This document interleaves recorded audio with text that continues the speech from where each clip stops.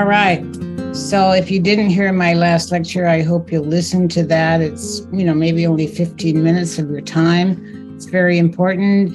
I think I started out then by asking you, do you want to avoid getting really sick when you're old, getting really tired, getting really weak, feeble-minded, and suffering and going to an old folks' home? I think I started out with that question. And again, I asked you that question. Is that what you want in your life? Do you want to end up like all these old people? The answer, of course, is no. And that's why you're here. And I really acknowledge all of you because it shows you're committed to your process. And, the great thing about this mantra breathing is you've got all the energy of everybody breathing together to help you. So it's a group energy, and that's really good. And Babaji says mantra breathing is the new way to do rebirthing. And these mantras are very powerful. If you're new, it doesn't matter if you don't understand the meaning. They're all praises to God, so you can't get higher than that. And the mantra will push out of you the negativity, the fear, the death urge, the guilt, whatever you're working on. So I really acknowledge all of you for your commitment to being here. And today I'm going to talk more about the death urge and physical immortality. And, I said last time, the death urge includes a thought, death is inevitable. That's number one. It includes the thought, I'm separate from God, therefore I'm guilty. It includes your personal lie. Those three things alone can kill you. And then there's all the past life memories of dying and your belief systems and your fears, etc. So most people keep their death urge suppressed most of their life. Well, it tends to come up when there's a death in the family. It really comes up. When someone dies that's close to you, it could even be a pet or a friend. That triggers your death urge. But it's very strong when your mother dies. That's very genetic. And those of you who have lost family members know that brings up a lot of stuff. And recently we lost Marcus's brother-in-law, and we had a big family trauma as a result, and it brought up a lot of stuff for us. And I'm still in the process. So your death urge comes up when you're ready to face it. Now, most people keep it suppressed their whole life. And then it comes up finally when they're old, they can't suppress it anymore. And it comes up and then they get sick. And then they suffer, and then they get old, and then they go to the old folks home and they die, and then they have to reincarnate and go through the whole thing again. So I'm telling you, there's another way, and that's to process your death urge now. And when your death urge comes up, what happens is you could get depressed. If you have a tendency toward depression, that is definitely the death urge. When you get sick, that's definitely the death urge. And so all illness has to do with your death urge. And when you give up your death urge, you don't get sick anymore. But, I've found that I am getting less and less death urge, but still it comes up and I get tension in the body. That's still my death urge. I'm not getting a disease anymore, but I'm getting tension in the body. When his brother-in-law died, a lot of tension came up for me. That's still the death urge. This is one thing I got really clear on today, actually, and so I'm glad I can talk about it. The death urge is an addiction. We've been dying and reincarnating for thousands of lifetimes, and we think there's no other choice. So we're kind of addicted to death, and we think that's normal and that's the right thing. But, if you don't handle it, then you just have to keep dying and reincarnating and dying and reincarnating. It's a drag. It's a real drag. There's another way to live. When you give up your death urge, you feel really alive, really healthy, really good, and there's a lot of joy in your life. But the death urge is an addiction. This is what you have to get. It's an addiction. Now, addictions are not so easy to get over. And you have to treat it like an addiction, I think. And so one way to process addictions is you have to handle your fear of giving up the addiction. Any addiction could be drinking, smoking. You could be addicted to a pattern or to a fear, whatever. But it could be a substance, or it could be a thought, or it could be a pattern. And I'm saying death is an addiction. The way to process addictions is, what is my fear of giving up the addiction? Okay, so the fear of giving up the addiction of death is you would be totally alive. So what's your fear of being totally alive? So, I think for me, my fear of being totally alive is that somebody wouldn't like it, or something would happen. People would try to suppress me, or they couldn't handle it, or whatever.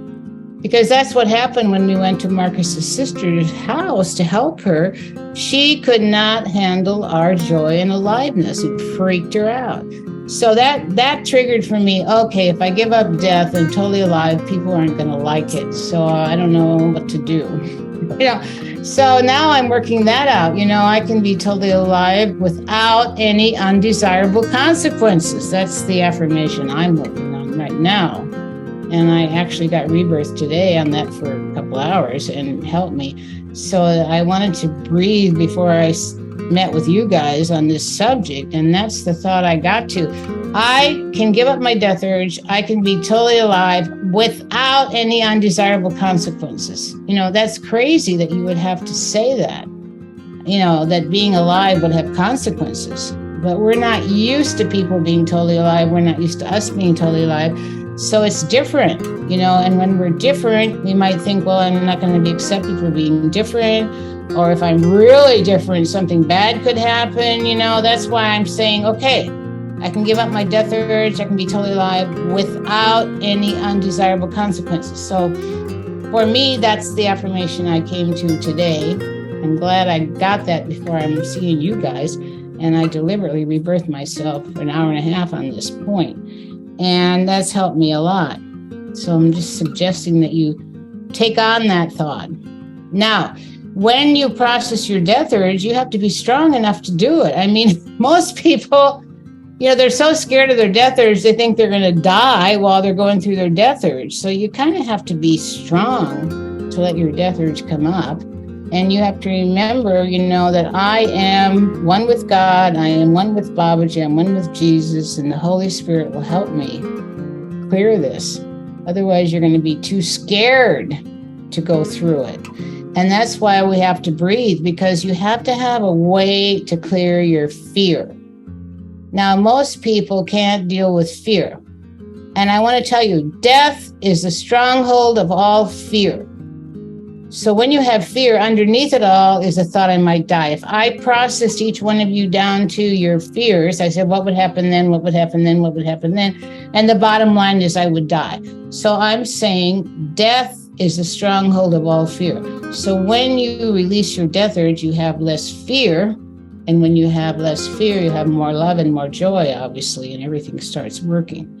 So if I were you, I would really commit to processing this death urge now while you're strong, and if you're old, it's too hard to process your death urge and everybody gives up, You really need to master the philosophy, the psychology, and the physiology of this topic, okay?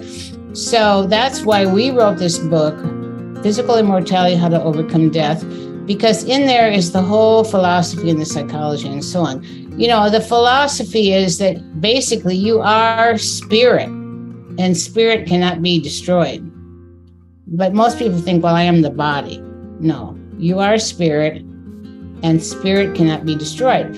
But mind is condensed spirit. You got to get this. Spirit is unlimited, immortal. Mind is condensed spirit, body is condensed mind. Therefore, body is utmost spirit. Now, a yogi taught me that in India, who was teaching me physical immortality, and I was very grateful for that simple teaching. Mind is condensed spirit, body is condensed mind, therefore body is utmost spirit. But most people think they're separate from spirit, so they don't get that they could be immortal. And you got to get clear. You have to give up the separation. So I thought I would tell you about some immortals I met, so you know that it's possible. The first immortal I met when I was with Leonard in San Francisco was from San Diego. His name was Flory Riggs. I forget how we found him, but anyway, he came to us and he told the story that, when he was a kid, his grandfather was part of the Great White Brotherhood, So one day his grandfather said to him, when he was 6 years old, his grandfather said, come for a walk with me into the woods. And then the grandfather said to him, I'm going to leave now and be with my brothers. And the grandfather just dematerialized right in front of him and then gave him the energy and the knowledge of physical mortality when he was 6, because he couldn't talk to anybody about it. Everybody thought he was crazy. Well, when we met him, it was pretty amazing. And he had the ability to regrow a tooth. If he had a problem, he'd go to the dentist, he could just regrow a tooth. And he could drive a car, and his car didn't take much gas. And he had tons of energy, and he was pretty amazing. I need to try to find him again. His name was Flory Riggs. Okay, well, then I went to Toronto, and I saw a newspaper, and it said on the headlines, do you want to live to be 600? The first 106 years are a snap. And then it showed a picture of this guy who was 106 years old. And I said to my assistant, let's go try to go find him. We'll go see him Monday after the LRT. Okay, she found him and we went. And he had so much energy, he was jumping up and down. And he looked about 60 years old, but he was 106. And he said, Viva Canada! And the next day he was going to go on a march all through Canada, the whole country, on a peace march. And he was amazing. And then, I sat at his feet and I pretended like I didn't know. I said, well, what's the secret? He said, you got to love God, love yourself, and serve humanity. Well, that's what Babaji would say, Anyway, then his daughter was sitting next to him, and she looked older than he did, which was totally freaking me out. And so I thought, I'm going to interview her. And I interviewed her, and I said, well, what's your thought about your father? And she said, oh, he has so much energy, he makes me old. So she was actually aging in his presence, if you can imagine. That was bizarre. Okay, so that was the second one I met. Well, then I went to Glastonbury, England, which is a pretty magical place. And they have this hill called the Tor. And on the top of the Tor is, a relic and so on. It's very magical. And I hadn't been up there. Well, then that night it was raining, and then somebody told me there's a ceremony at midnight on the Tor, and I thought, oh, I better go. Well, it started raining, and nobody came except one other student. So she and I were climbing the hill in the mist, and anyway, we got up to the top, and there was a guy up there sitting by himself, and my experience of him is he looked like an old Elizabethan poet or something from another era, and his hair was kind of flying in the mist, and he was saying the following, which blew me out. He said, I call forth all the immortals. I couldn't believe it, And I said, here I am, And I ran up and kissed him, and I said, please come and teach my class tomorrow. That was our meeting. And he said, okay. So then he came the next day. This was a miracle, how I met him up there. And he told us the story about when he was in his 20s, he was meditating, sitting on his bed, and all of a sudden, Elijah from the Bible materialized to him and floated in the air for 4 hours. Now try to imagine that. So Elijah was floating in the air and telepathically transmitted to him the knowledge of physical immortality. So he has written quite a few books. I think Marcus might have sent out you some teachings. Oh, Robert Kuhn, that's his name. Robert Kuhn. You want to look him up and you want to start reading his books. And C-O-O-N, yeah. And, I developed a relationship with him. And then one time he said to me, okay, I want you to meet me next year on this date in Spain at the Dos Immortals Cafe, which means Two Immortals Cafe. And I thought, what? Why is he saying that to me? Okay, I said, okay, I'll try to meet you there on that date. And that year, I think my mother died. I went through a lot of death urge because, when someone dies close to your death urge gets activated. And he must have known that I would need to. And I kept saying, I can't die. I have to meet Robert Kuhn at this Dos Immortals Cafe. So, it was kind of a miracle. And I actually did it. I met him there. at that date and everything. So now he's kind of disappeared. We don't know where he is. We think he's in Tasmania, but he's kind of a recluse. Okay, well, then that was the third immortal I met. Then the major immortal I met was in India. I met a 400-year-old woman. Now, I would have never met her if I hadn't been open to this knowledge, because they're not going to bother with people that are closed. So anyway, somebody told me there's a 400-year-old woman in this town, and I was down there at the tip of India because I wanted to visit the most ancient Divine Mother Temple in India, which somebody told me is 4,000 years old. So I went there on Babaji's Samadhi Day, February 14th, 1 year after he took Samadhi, and I decided to go find that place. Well, it's a long story, but I went underground and I had all these major miracles in this temple. But anyway, when I came out, I suddenly remembered, oh yeah, this yogi told me there's a 400-year-old woman in this town. How do I find her? I said, Babaji, please lead me to her. And he did. I found her, and she was sitting in an alleyway, which I don't know how I found it. But anyway, there she was, and she had 12 dogs sitting around her, and I thought I was hallucinating. But they were actually there, and they all looked the same to me, and they were like, to me, they looked like yogis. I couldn't believe it. I didn't know what was going on. They all faced her in a circle. Well, then I thought, oh my God, she is 400 years old. I knew it. She didn't look like any age. She was etheric, very mystical. She was in silence, so I couldn't talk to her. I didn't know what to do in the presence of such a great saint, but then I suddenly remembered I had some vibhuti, which is sacred ash, in my pocket, which Sai Baba had materialized for me.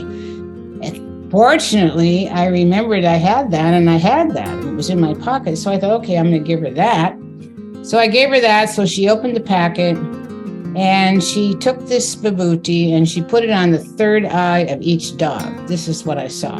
And then she put it on me, so I came after the dogs. And then I don't remember anything. I don't remember how I got out of there, or I don't remember leaving India or getting on the plane or anything. It's like, I met a guy who was American. He went to India and he saw 12 yogis levitating, but it took him 12 years to remember that.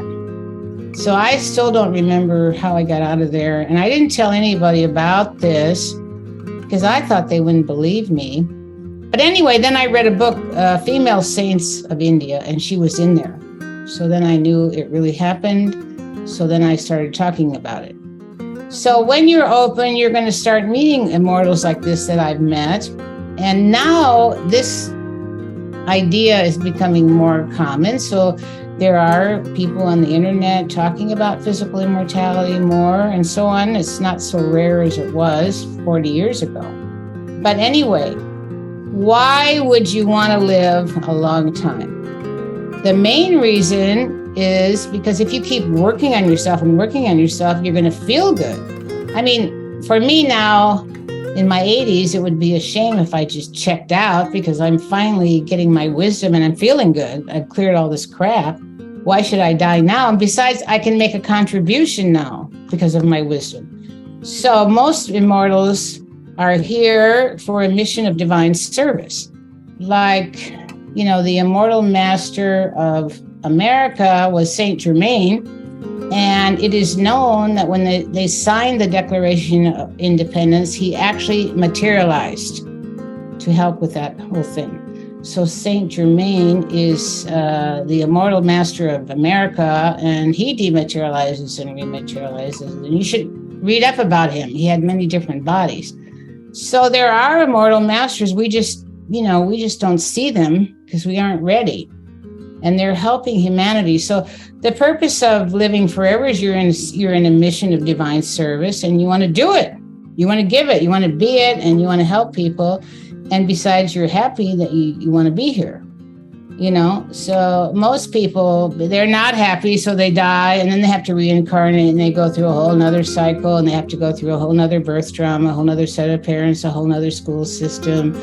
a whole nother marriage, whole nother divorce, and then die and reincarnate. And that's what most people do. They keep dying and reincarnating. But maybe there's one life where you wake up. So I'm saying to you guys, you're doing breath work. You're getting enlightened. This is the lifetime where you're going to overcome the death urge, perhaps, hopefully.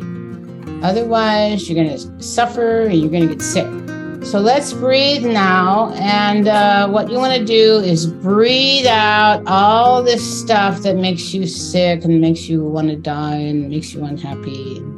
Okay, Marcus? Yep. Holy Baba Ki Jai.